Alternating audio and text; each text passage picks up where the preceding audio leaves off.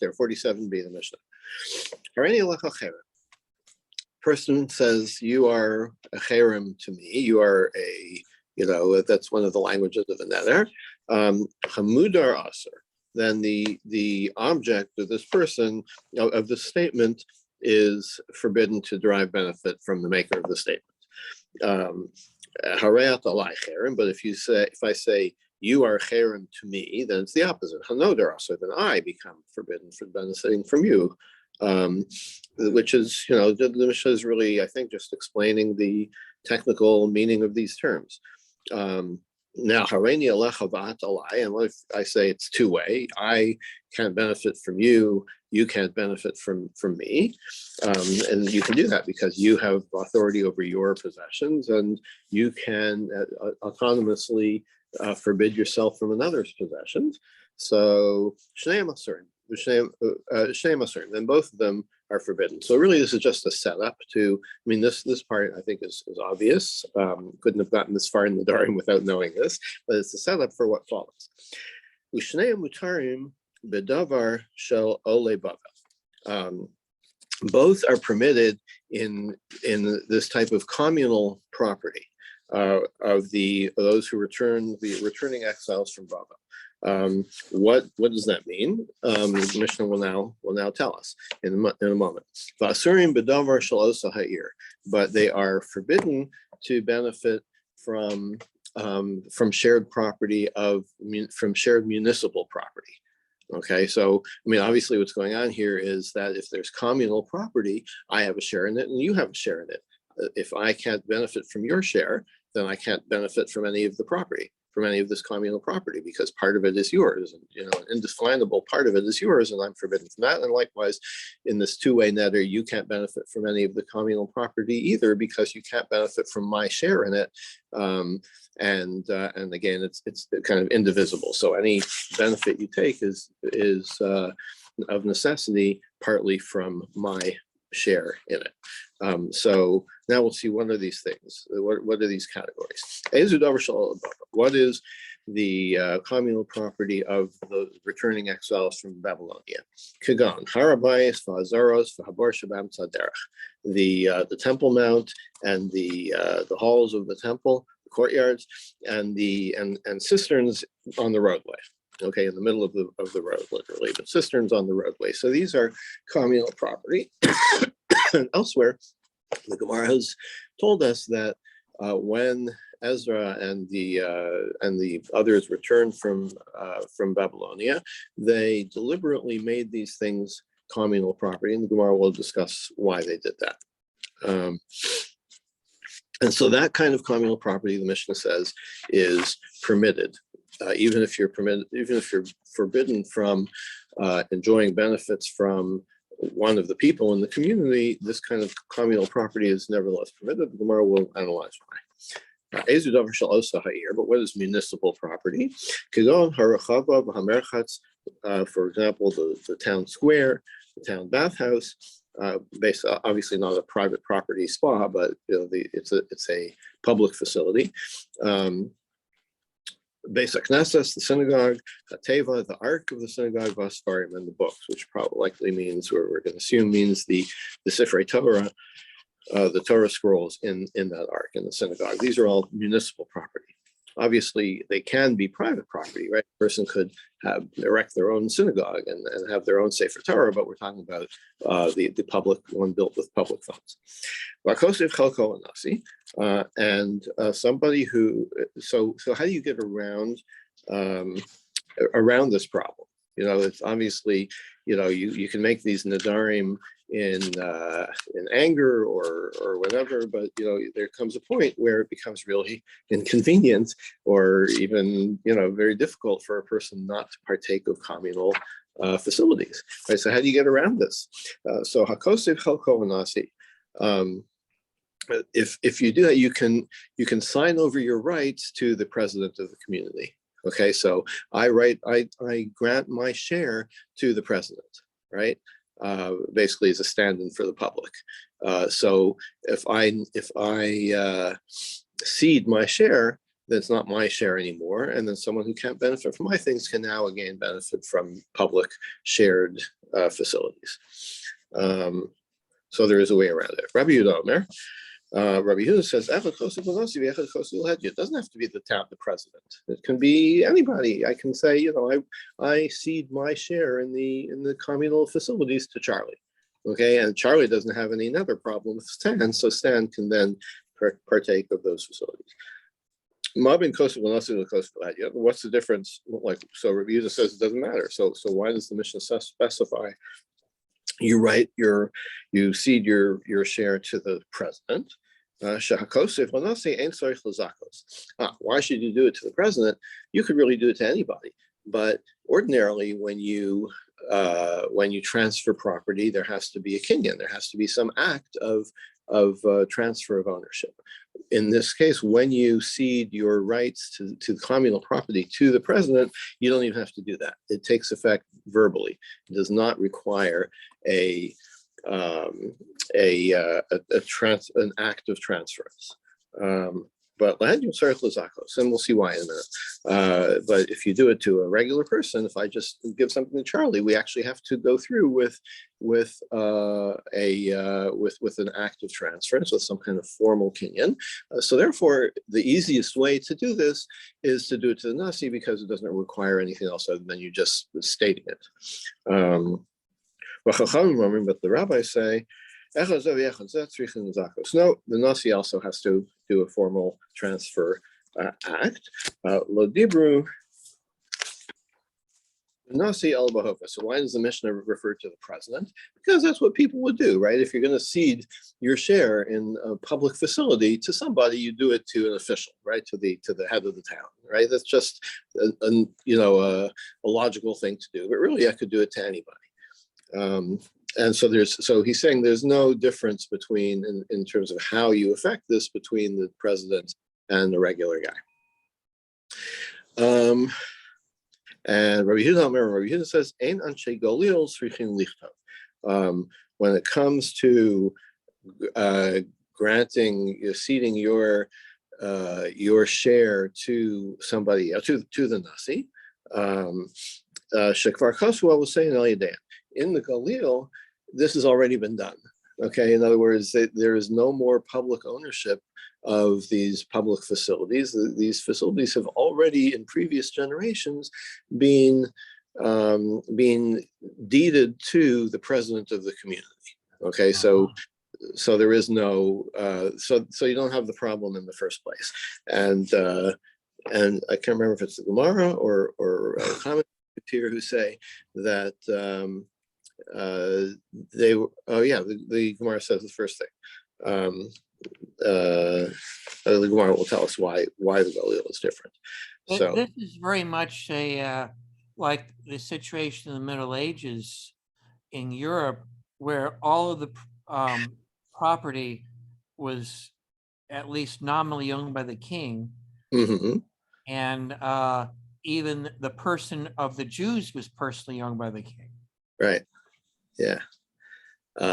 So we'll see that. So there's some of that going on here. I mean, clearly, the notion of public facilities was assumed to be in the domain of, the authorities, shall we say. Now, they didn't always identify a single person as the authority, as you say was the case in the Middle Ages in Europe. But there was this notion of the public. The public could do something, or sometimes it's the rabbis. The rabbis could make these conditions. So there is some kind of authority other than just individual ownership. Okay, my mitzvah. So Gemara starts. I think that Rome actually instituted a system like that when it was still ruling the land of Israel, although it certainly disappeared by the time of the Muslim conquest. Okay, so the Gemara starts off a little oddly. It's with a on the face of it, a misunderstanding of the Mishnah. The Gemara assumes, but it'll come around to what we said. So the Gemara assumes that that the Mishnah says what the Mishnah is saying is, well, it is a little odd when it says Hakosev Chelko Anasi. It sounds like it's saying also a person who writes his share, who cedes his share to the president, that share is also forbidden, which makes no sense. So where it says, "Oh, my mister," well, why does that make sense? How could that be forbidden?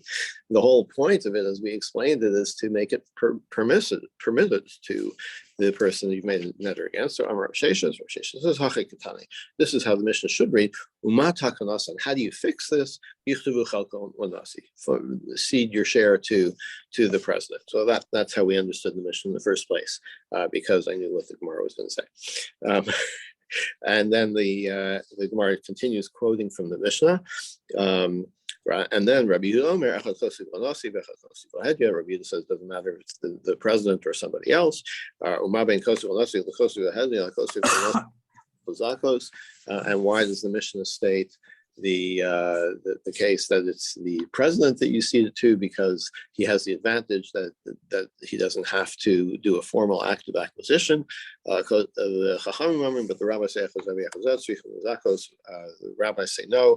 The Nasi also has to do a formal acquisition. Why did they mention the Nasi? Because that's just the standard way to do it. That's common. Okay. Rabbi Yehuda Omer,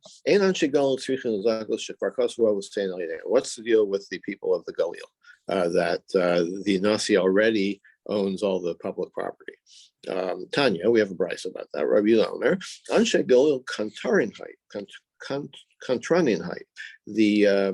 The people of the Galil were difficult people, right? They got angry at each other a lot, and they would make a lot of Nedarim. How you know Zemi said they would do this all the time, right? So we had a problem, right? You always had this issue with communal property. So Amdu was saying the So the townspeople all got together and they said, you know what? We are all going to cede our rights to the office of the president of the community. Now the president of the community will be the one that owns the rights to these municipal facilities. And so in future generations, it wouldn't be a problem, right? In future generations, if we forswore benefit from each other, we would not have a share directly in the communal facilities, and so they would not be affected by these Nedarim. Okay, next mission. Essentially, the Nasi is the feudal lord of the Galil, long before this became the ruling Europe, which is fascinating. Right. It's like I read an article when Queen Elizabeth died, with all the constitutional documents of the Commonwealth nations, which referred to the Queen, or any laws or whatever that referred to Her Majesty the Queen, would that have to be changed? Because now it's His Majesty King, and the answer was, according to this constitutional scholar, that we're not referring to Queen, Elizabeth Windsor. We're referring to the office of the Queen of the realm, and that's the same as saying it basically means the monarch. Yeah. Okay. Next mission. Person forbids himself from benefiting from somebody else, and then he's got nothing to eat. He falls on hard times, and the guy that he forswore benefit from is available to give him, to supply him with charity, but he can't take it because of the neder. So what do you do? So the rich guy gives a donation, a meal, whatever, to a third party, and then it's not his property anymore, and then it's available to be given to the poor, to the maker of the neder. There was a case in this place called Beis Charon, which we'll refer to a few times as the Beis Charon case, so pay attention. There was a family with a grandfather, a father, and a son, right? The son was about to get married, okay, and the father was making the wedding, making a big party, but he was in a feud with the grandfather. Right, he had made a neder to his father, to the grandfather, you can't benefit from anything of mine. And now here comes the wedding, and he feels bad. He wants the grandfather to come to the wedding. He might still be angry at the father, but he still wants the grandfather to be at the wedding. So the son was getting married. So he said to a third party, I'm giving you all this money that I have for the wedding. I'm giving you the contract for the hall rental and for the caterer, right? Everything, the $100,000 that I'm going to spend on this wedding, it's all yours now. And why am I doing this? So that my father can come to the wedding, right? Because I'm still mad at my father, but I want him to come to the wedding. So this is a third party case, similar to the first case in the Mishnah. Omar, so the third party guy says, Im Shalihem, oh great, you're giving me $100,000. I'm donating the whole party to the temple, right? It's now consecrated, meaning nobody can benefit from it at all. So the guy's lost his whole contract, right? He's got nothing now. If that were to be effective, there would be no wedding party. Long, so the father says to him, what, do you think I gave it to you so you could give it away to the temple? No, I gave it to you so that my father could come to the wedding. What are you doing? Amarlo, yeah. So then the third party guy says, what,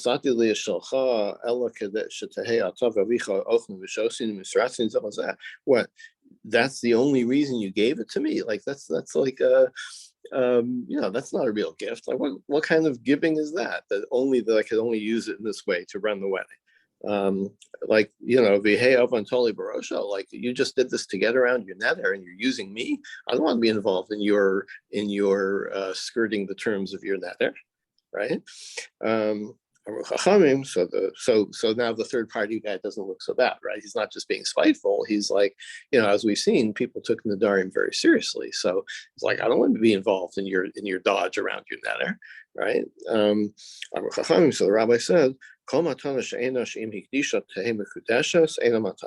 this kind of gift where this is the litmus test for a gift. I give you a gift and then you turn around and consecrate it. And I say, oh, that's not what I meant. That was not included in my gift giving, that idea. So that's not a full gift, right? If I don't give you enough rights to it as a gift to be able to consecrate it, it's not a gift in the first place. Okay, so in other words, this wedding dodge indeed was not valid.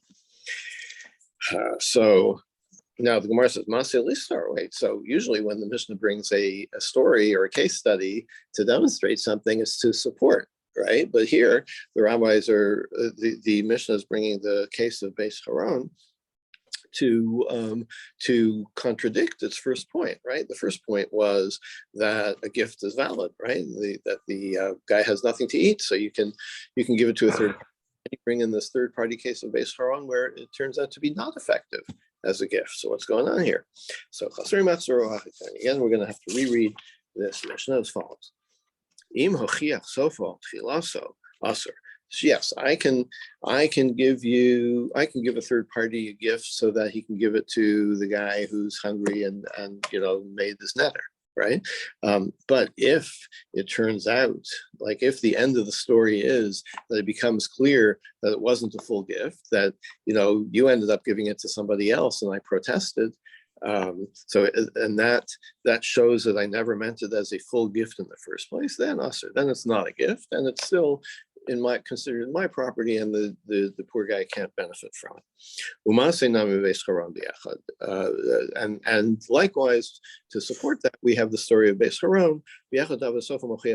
So this guy, the wedding story, in which the end of the story demonstrates that the gift was not really a full gift. Okay. Amar Rav says, Lo shanu al di'amar V'hina lefanecha ela kadesh yavo abba. So you notice the word in the Mishnah, there's a qualifying words like the only reason I'm giving this to you is so my father can come to the wedding. So then it's not a good gift. If you just express the hope that, listen, I'm giving you the whole thing, the food, the rights to the hall. It'll be nice if my father can come to the wedding. So it's not, it's clear what my intention is or what my hoped for result is, but I'm not making it totally conditional on that. So midatcha hu diamrle. It's like, I'm hoping that this is, that this is what's going to happen, but it's really up to you. It's, I'm giving it to you. It's your property. You do with it what you want. It would be nice if you used it for my father to come to the wedding. So that's not a full condition. And in that case, it is a good dodge for the neder. It's a full gift. Or there's another version of this statement of Rava's.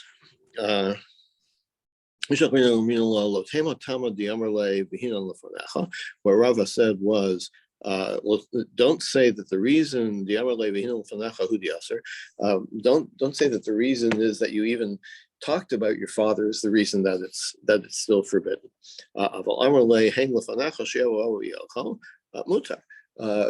If you just said it would be nice if my father could come to the wedding, then that's okay. Then it's good.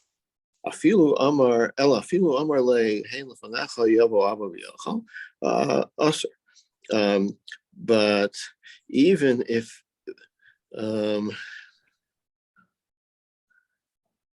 so don't say that. 1 second. So yes, sorry. In this version, Rava is saying the opposite. It's like, don't think that you have to be specific. Don't think you have to be specific of a condition of the gift, saying that the only reason I'm giving you this gift is so that my father can come to the wedding. But even if you just mention it casually, it's like, I'm giving you this gift, full stop. It would be nice if my father could come to the wedding. Even that, according to this version of Rava, is not a full gift. My tama why? Sudasa muchachas alav, because it's obvious, right? It's like, if you gave me $100,000 gift, I wouldn't take it and throw a wedding for your kid. Okay. I might make him a nice gift for his wedding, but I'm not going to spend the whole thing, right? So, so in other words, in this version, Rava is saying it's an obvious dodge, and we're not going to countenance it. It's not a good way to get. It's not a way to get around your neder. This actually is an issue in academia. A lot of donors these days are trying to maintain control when they give a donation. Mm-hmm. They try to maintain control over how the institution spends the money. Yeah, that's right. Well, that is their right. I mean, if they make the condition up front, the institution has to decide if they're going to take the money under those conditions. But they're not trying to get around, having said, I'm cutting off, I'm never going to donate to this institution, and then because whatever, and then try to get around it. That's a right. But yes, but the idea of gifts with conditions is certainly one that's well established. Yeah. There was a man who had a son that was basically a thief, right? He wasn't pleased with the son. And so the father said, you're dead to me. Basically, I'm making a neder that my possessions are forbidden to you. So they said to the father, what happens if your grandson becomes a tzaddik, right? Becomes a Torah scholar, and he needs support? You won't be able to support him, right? Or you won't be able to leave the money to your son so that your grandson, the potential, future Torah scholar, can be supported. Like, what are you doing making this neder? That was a mistake, potentially. So he said, okay, you're right. Liknei hadain, vani, I'm going to give I'm going to set up a trust. He says, you know what? I made this neder, so how am I going to get around the neder? I'm going to set up a trust. I'm going to give half my property, whatever. Let's say you had another son, right? So half my property will go to my good son, and half my property will go into a trust for my bad son. The ihav is barbari surban rabbanan, and if my grandson from the bad side turns out to be a tzaddik, then he can have the money. Then the money is in trust. Now, if the grandfather is still around to give them, problem, right? Like, he only made the neder against the son, but what we're talking about is the grandfather is expecting he's going to die before this happens, right? So, how can he arrange his estate? Right. So basically it's a trust fund, right? You're going to set up fund for a potential grandson. But it's not known. Maybe the grandson will turn out to be a rotten kid also, right? So then he doesn't want the money to go there. But anyway, it has to pass through the bad son, right? But it's only in trust. So is that considered benefit or not? Are you benefiting the bad son? What's the law? Amri Pumbedisa. So they said in Pumbedisa, Kanei Almanas Lahaknosu. This is a the bad son, upon the, let's say, the demise of a father and the estate is transferred to the bad son. It's only a conditional acquisition, right? It's only a conditional bequest, right? And it can call Kanei Almanas Lahaknos Lokai.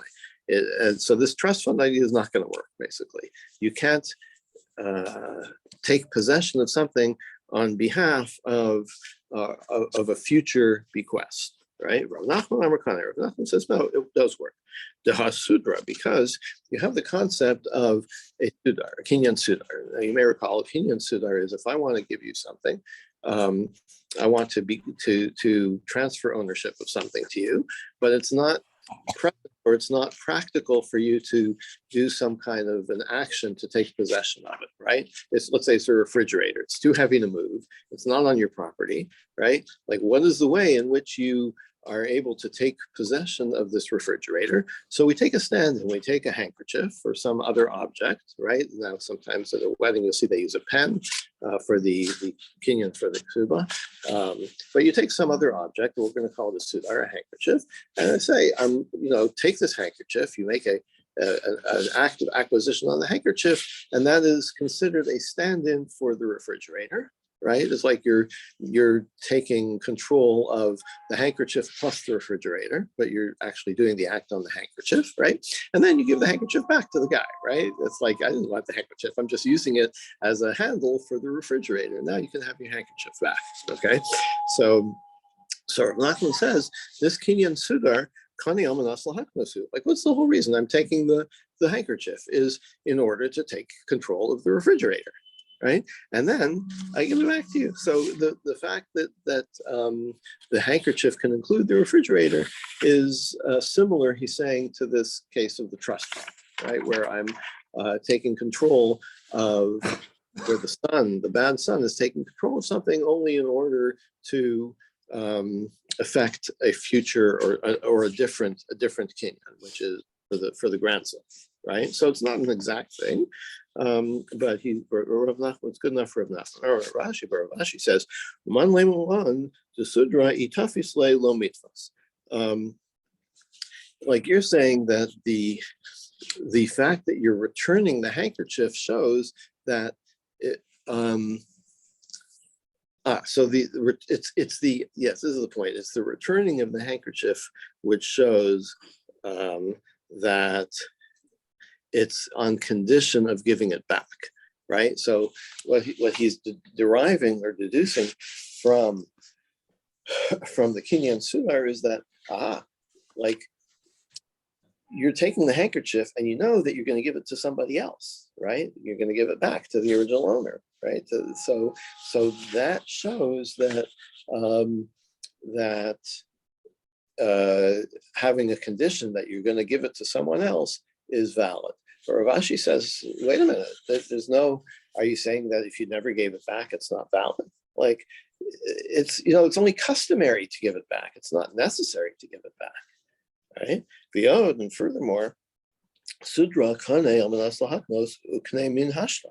In the case of the handkerchief is not the same as the case of the trust fund, because the handkerchief you get right away. The trust fund is held in abeyance until such time as it's determined if that part of the bequest, if that condition is fulfilled, right? Halavan nitse dehadain lemas iconic. But the case of the trust fund is like, you're trying to make the transfer of ownership now, but it's for some time, undetermined time in the future, that you may want it to take effect. And when that condition, that if the grandson turns out to be a tzaddik, then that's when it takes effect. l'chihava hadar sudra lamare. And when by the time that happens, the it's like the handkerchief had already been returned to the original owner. Well, this is not really specific. This is just kind of trying to demonstrate that the cases are not similar. Okay, so it seems like Ravashi's objection to Rav Nachman stands, because that's the last word on this subject. Amar le Rav Nachman. Rav said to Rav Nachman, another objection. V'ha matnas beis charan. What about the case in our Mishnah of the wedding? The kane almanas lahachnosu. This is a acquisition which is on condition, right? V'lo kane. Mishnah says it doesn't work, right? The conditional acquisition does not work in the case of the wedding party. So there's two possible answers to this. Sometimes Rav Nachman said back to Rav Mishum Dusudasu Muchachaslav. Oh, in that case, it's like, you see from the end of the story that he never really meant to give the gift. Okay, whereas in the case of the trust fund, there's no indication that the grandfather, that the original owner, the grandfather of the Torah scholar, there's no indication that he had any regret about the Zinin, but sometimes he answers, Rabbi Eliezer, the Mishnah is according to Rabbi Eliezer, the Amar, who said, Afilu vitur aser b'mudar hana. He objects to this whole idea of trying to get around a nether. It's like if you try to dodge the nether, it's never effective. So we have a Mishnah. Amru Chachamim, Kol matana she'ena she'im hikdisha tenu kedeshes eina matana.